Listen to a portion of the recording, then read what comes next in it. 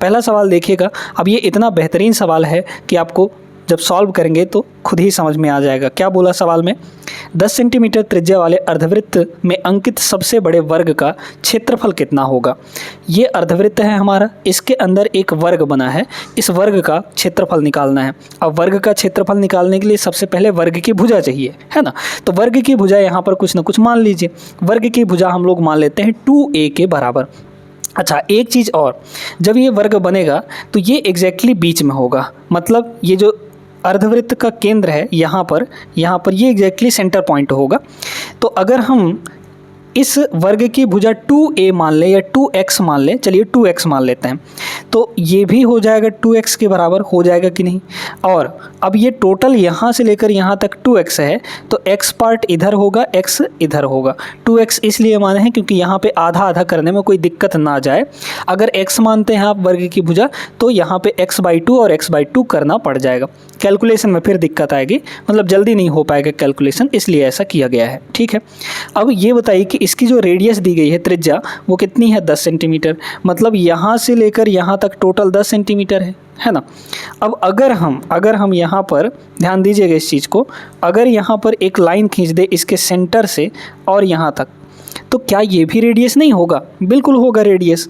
तो अगर ये रेडियस होगा तो ये 10 सेंटीमीटर का होगा, है ना, क्योंकि केंद्र से परिधि पर खींची गई जो लंबाई है वही तो रेडियस होता है, मतलब ये आपकी त्रिज्या हो गई। अब यहाँ पर एक राइट एंगल ट्रायंगल बन रहा है, इसमें पाइथागोरस लगा लीजिए। तो x का स्क्वायर प्लस 2x का स्क्वायर कितना हो जाएगा, x स्क्वायर मतलब x स्क्वायर, और 2x का होल स्क्वायर करेंगे तो 2 का स्क्वायर 4 हो जाएगा और x स्क्वायर हो जाएगा, इक्वल टू यहाँ पे हाइपोटेनस का स्क्वायर यानी कर्ण का स्क्वायर, तो कर्ण का स्क्वायर यानी 10 का स्क्वायर हो जाएगा 100 के बराबर। तो ये हो गया 5 का स्क्वायर, है ना, 5x का स्क्वायर, और इक्वल टू यहाँ पर हो जाएगा आपका कितना, 100, है ना। तो x स्क्वायर की वैल्यू यहाँ से कितनी आ गई बताइए, तो 100/5 यानी कि 20 आ गया। अब आपको क्या चाहिए दोस्तों, आपको चाहिए वर्ग का क्षेत्रफल। वर्ग का क्षेत्रफल होता है भुजा गुणे भुजा यानी भुजा का स्क्वायर। भुजा आपकी कितनी है, 2x है, तो 2x का स्क्वायर कर दीजिए। 2x का स्क्वायर कर देंगे तो कितना आ जाएगा यहाँ पर बताइए, 2 का स्क्वायर 4 और x स्क्वायर की वैल्यू है कितनी यहाँ पर, 20 के बराबर है, तो यहाँ हो जाएगा 4 गुणे 20, 4 गुणे 20 यानी कि 80। तो 80 centimetre square is the right answer. कौन सा ऑप्शन दिख रहा है, ऑप्शन नंबर यहाँ पर C is the right answer. सभी को अच्छे से क्लियर हो गया होगा। बहुत शानदार प्रश्न था ये, 2021 में पूछा गया था NTPC CBT 1 में। समझ में आई बात। आगे चलते हैं अगले प्रश्न पर। वीडियो छोड़ के मत जाइएगा, लेकिन घाटे में पड़ेंगे अगर छोड़ के गए तो। अगला सवाल देखिएगा, बहुत ही प्यारा सा सवाल है। एक लड़का आयताकार मैदान की 2 आसन्न भुजाओं पर चलता है। आसन्न भुजाओं का मतलब होता है करस्पॉन्डिंग साइड्स, ठीक है, यानी कि पड़ोसी, एडजेसेंट साइड, ऐसा समझ लीजिए। यदि वह इसके विकर्ण के अनुदिश चलता है, यानी विकर्ण डायगोनल के थ्रू चलता है, तो वह बड़ी भुजा के 1/3 के बराबर दूरी बचा लेता है। बड़ी भुजा की छोटी भुजा से अनुपात कितनी होगी ये बता दीजिए, ठीक है। चलिए तो देखते हैं, यहाँ पर हम लोग यहाँ पर देखते हैं कि एक यहाँ पे रेक्टेंगल है। इस रेक्टेंगल में ये लंबाई L है और ये लंबाई B है ना। अब हम लोग यहाँ पे डायगोनल बना लेते हैं। तो डायगोनल बनाएंगे यहाँ से लेकर यहाँ तक, है ना, ये तो ये हो गया हमारा D, और D का फार्मूला इसके लिए क्या होता है, D = हो जाता है अंडर रूट, क्योंकि ये राइट एंगल ट्रायंगल बनेगा, है ना। तो L square plus B square हो जाएगा। क्लियर है ये बात, L square plus B square, length का स्क्वायर प्लस ब्रेड्थ का स्क्वायर, ये हो गया। अब सवाल क्या कह रहा है उसके अकॉर्डिंग चलते हैं। यहाँ पे कह रहा है कि वो 2 भुजाओं के आसन्न भुजाओं पर चलता है ना। L प्लस B, आसन्न भुजाओं का मतलब पड़ोसी, है ना। तो L और B मतलब यहाँ से मान लीजिए शुरू किया तो ऐसे जाएगा यहाँ तक और फिर यहाँ से यहाँ तक जाएगा, तो टोटल कितना दूरी चलेगा, L प्लस B, यहाँ पर इतना दूरी चला। फिर कह रहा है यदि वह इसके विकर्ण के अनुदिश चलता है, मतलब यहाँ से यहाँ तक चलता है अगर, तो यहाँ से यहाँ तक कितना चलेगा, D डिस्टेंस चलेगा। तो यहाँ से यहाँ तक जब भी चलेगा तो यहाँ से कितनी दूरी बचा लेगा, 1/3 के बराबर, बड़ी भुजा की 1/3 के बराबर। बड़ी भुजा यहाँ पे कौन है, L है यहाँ पर, तो L का 1/3 बचा लेता है। तो बचाएगा कितना, मतलब यहाँ L प्लस B चला, यहाँ D चला, तो इन दोनों का डिफरेंस आ जाएगा। डिफरेंस इक्वल टू क्या हो जाएगा, इसका 1/3 मतलब L का 1/3 यानी L/3 हो जाएगा। क्या यहाँ से और कुछ हम लोग कर सकते हैं, बिल्कुल कर सकते हैं, है ना। तो देखिए कितना हो जाएगा यहाँ पर ये हो जाएगा, इसको इधर ले आइए, है ना, इसको इधर ले आएंगे अगर हम लोग तो d उधर चला जाएगा, तो इसको इधर ले आइए तो l में से l-3 घटा देंगे तो 2l/3 बचेगा, है ना, तो 2l/3 हो गया भाई। l में से l/3 घटा देंगे तो 2l/3 बचेगा, और प्लस का यहाँ पर हो गया b और इक्वल्स टू वहाँ पर हो जाएगा d। ठीक है, अब आप जानते हैं कि अगर इसको इधर ले आएंगे तो डी स्क्वायर हो जाएगा, मतलब डी स्क्वायर की वैल्यू जो है वो हो गई एल स्क्वायर प्लस यहाँ पर बी स्क्वायर। आप सीधे डायरेक्टली क्या करिए कि यहाँ पर डी की वैल्यू इसको रख दीजिए, मतलब इसका स्क्वायर कर दीजिए, तो दोनों साइड यहाँ पर स्क्वायर हम लोग अगर करेंगे, ये भी स्क्वायर ये भी स्क्वायर, तो इसका अगर स्क्वायर करिए, देखिए 2/3 है ना, इसका स्क्वायर करेंगे तो ये हो जाएगा 4/3, a प्लस बी का होल स्क्वायर जैसे लग रहा है यहाँ पे, तो निकाल लीजिए स्क्वायर कितना हो जाएगा, 4 और 3 का स्क्वायर 9, और ये हो जाएगा एल स्क्वायर, तो ये हो गया a का स्क्वायर प्लस b का स्क्वायर, अब प्लस यहाँ पर 2ab, तो 2 मतलब 2 2 जा 4/3 ab यानी lb, है ना, ये हो गया इक्वल्स टू डी स्क्वायर की वैल्यू है कितनी यहाँ पर, एल स्क्वायर प्लस यहाँ पर बी स्क्वायर है। क्लियर है ये बात। अच्छा, बी स्क्वायर से बी स्क्वायर दोनों साइड से कट जाएगा, ये वाला तो ख़त्म हो गया, है ना। अब एक काम करिए कि यहाँ पर भाई देखिए यहाँ पर कितना हो जाएगा, इसमें से इसको ले जाइए उधर, तो यहाँ पे क्या बचा इस साइड 4/3 इंटू एल बी बचा, और इक्वल टू इसको ले जाएंगे उधर तो एल स्क्वायर में से 4/9 एल स्क्वायर घटेगा तो सिर्फ बचेगा हमारे पास 5/9 एल स्क्वायर। ठीक है, ये समझ में आई बात। अच्छा, काट दीजिए, 3 से ये कटेगा कितनी बार में, 3 बार में, है ना, और एक L से एक L ये भी कट जाएगा, तो L और B यानी कि हाँ L और B का रेशियो चाहिए हमको, बस निकाल लीजिए यहाँ से, है ना। L को उधर ही रहने दीजिए और इधर से B को पकड़ के ले जाइए, तो ये B हो गया इक्वल टू 3 आपका इधर आ जाएगा, 4 से मल्टीप्लाई होगा मतलब 12 होगा, और ये 5 नीचे आ जाएगा तो ये हो जाएगा 5, मतलब 12/5, 12 और 5 का रेशियो बनेगा। Option number D is the right answer. सभी को अच्छे समझ में आया होगा, बहुत अच्छा सवाल था, ऐसे सवालों को सॉल्व करके ही जाइएगा।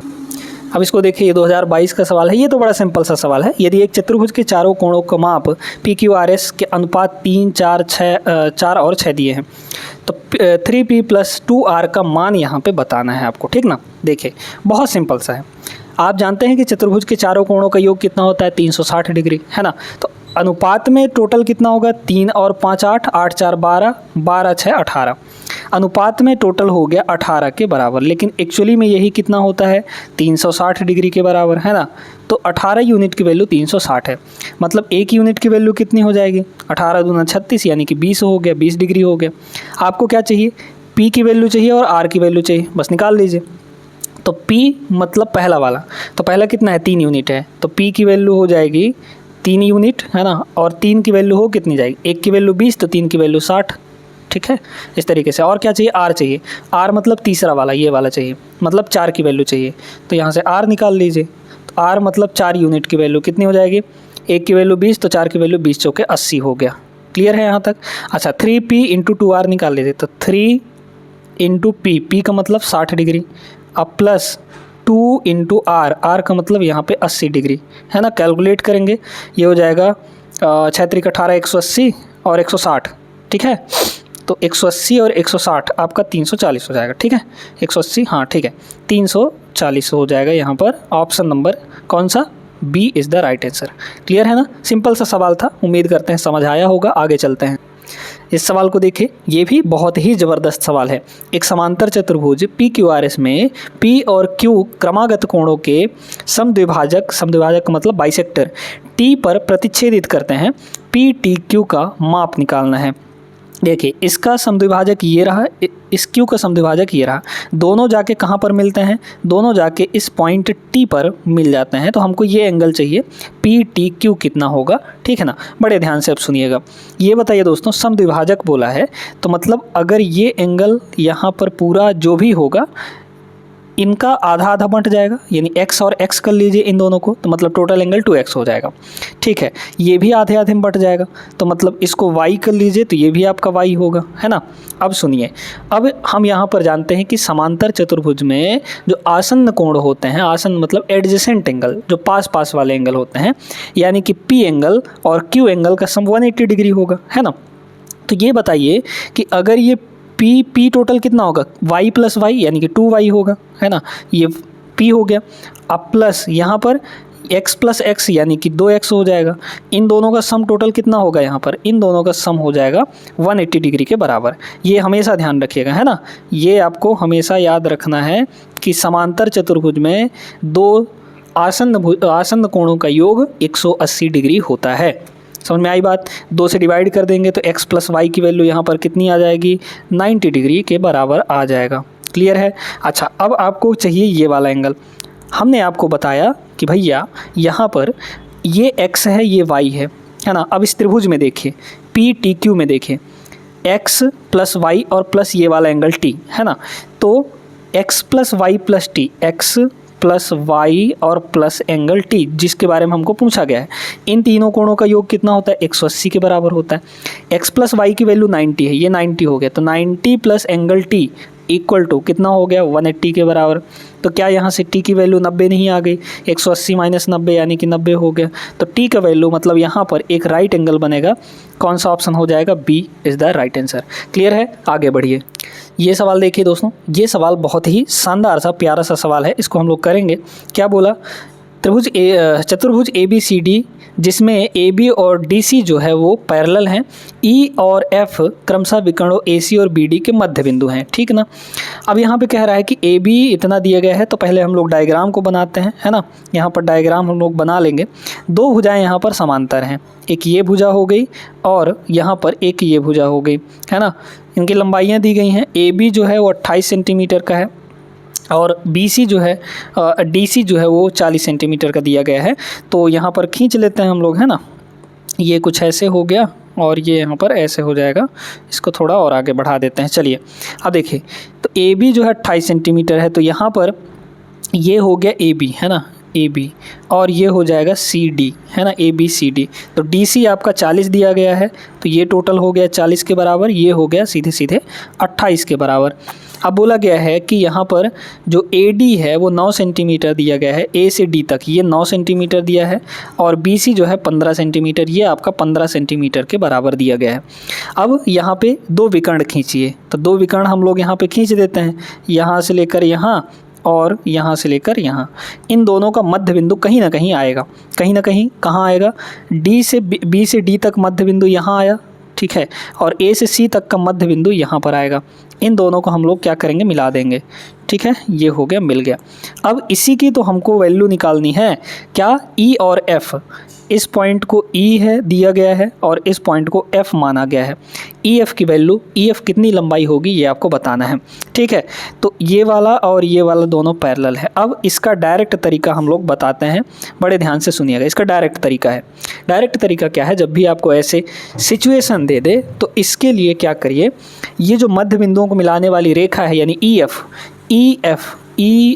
इसकी जो लंबाई होगी वो होगा समांतर जो भुजाएं हैं यानी जो पैरेलल लाइन है उनका डिफरेंस लीजिए, और क्योंकि ये एक ट्रेपेजियम बन रहा है ना, तो समांतर भुजाओं का अंतर लीजिए और डिवाइड बाई 2 कर दीजिए। समांतर भुजाओं का अंतर यानी कि 40 माइनस 28, ठीक है। तो 40 और 28 का हम लोग यहाँ पे डिफरेंस ले लेंगे और डिवाइड बाई यहाँ पर 2 कर देंगे। 2 कंपलसरी है डिवाइड में, डायरेक्ट आंसर आ जाएगा 40 माइनस 28 यानी 12, 12/2 मतलब कि 6 सेंटीमीटर। तो 6 सेंटीमीटर इस सवाल का करेक्ट जवाब होगा, ऑप्शन नंबर डी। आगे चलिए अगले प्रश्न पे। देखिए ये सवाल, किसी चतुर्भुज ABCD में A 86 डिग्री है और B 72 डिग्री है, C और D के समद्विभाजक O पर मिलते हैं, तो DOC का माप ज्ञात करना है, ठीक है। बहुत सुंदर सा, बहुत प्यारा सा प्रश्न है आपके सामने।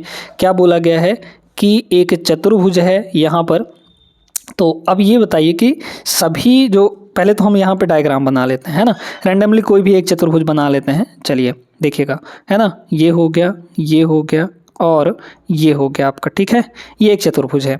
अब इसमें, अब ये पैरेललोग्राम मत समझ लीजिए कि समांतर चतुर्भुज है, वैसा दिख भी नहीं रहा है ये, है ना। तो देखिए ABCD है, तो ये हो गया A, है ना, ये हो गया B, ठीक है, इसको B मान लीजिए, ठीक ना, या फिर चलिए किसी को भी मान लेते हैं, ये हो गया B और ये हो गया C और ये हो गया D अपना, ठीक है। ये एंगल 86 डिग्री दिया है, है ना। ये एंगल 72 डिग्री दिया है, 72 डिग्री दिया है। सी और डी के समद्विभाजक ओ पर मिलते हैं। समद्विभाजक बनाइए इनका, ये बराबर एंगल काटने वाला और इसका भी बराबर एंगल काटने वाला ये हो गया मान लीजिए, ठीक ना। तो ये डी पर ओ पर मिलते हैं, ओ पर यानी यहाँ पर, तो ये आपका ओ हो गया। अब डी ओ सी का माप निकालना है, डी ओ सी यानी ये वाला एंगल, ठीक है। अब सुनते जाइएगा, यहाँ पर ये क्या होगा, x अगर होगा तो ये भी आपका x होगा। बहुत सिंपल सा सवाल है ना, बहुत कुछ नहीं है इसमें, बस डायग्राम है। ये y है तो ये भी y होगा, क्योंकि समद्विभाजक है। समद्विभाजक का मतलब दो बराबर इक्वल एंगल में बांट देना। अब चतुर्भुज के चारों कोणों का योग 180 होता है, तो जोड़िए 86 + 72, 86 और 72, 6 2 8, 8 7 15, है ना। तो यानी कि 158 हो गया। अब प्लस ये वाला सी एंगल कितना हो गया, x + x हो गया यानी 2x हो जाएगा। अब प्लस यहाँ पे y + y यानी कि 2y हो जाएगा, इक्वल टू सभी मिलाकर कितने हो गए, 360 डिग्री के बराबर हो गए, ठीक ना। काटिए। अब यहाँ देखिए, दो तो कॉमन आ जाएगा। अच्छा, दो से हर जगह काट दीजिए, पहले दो से इसको काटेंगे कितना हो जाएगा, ये हो जाएगा 2 7 14, एक बचा 2 9 18, प्लस यहाँ 2 से काटेंगे x, यहाँ 2 से काटेंगे y और यहाँ 2 से काटेंगे 180 हो जाएगा, है ना। तो अब 180 में 79 घटाइए, तो 80 में 79 घटाएंगे 1 आएगा। तो x + y की जो वैल्यू है वो कितनी आ गई, 180 - 79 करेंगे 101 आ जाएगा, ठीक है, 101 आ गया। तो x + y यानी ये एंगल प्लस ये एंगल, इन दोनों का सम कितना आया है, 101 डिग्री आया है, ठीक है। अब आपको चाहिए क्या, ये वाला एंगल चाहिए ना, तो ये वाला एंगल कितना हो जाएगा, 180, क्योंकि टोटल इस त्रिभुज के अंदर 180 होगा। तो 180 में से अगर हम x और y का सम घटा दें तो ये वाला एंगल मिल जाएगा हमको, मतलब 101 इसमें से घटा दीजिए। 101 जैसे ही घटाएंगे ये आपको मिल जाएगा यहाँ पर 79 डिग्री के बराबर। मतलब एंगल जो करेक्ट आंसर होगा वो बी होगा, ऑप्शन नंबर बी, 79 डिग्री।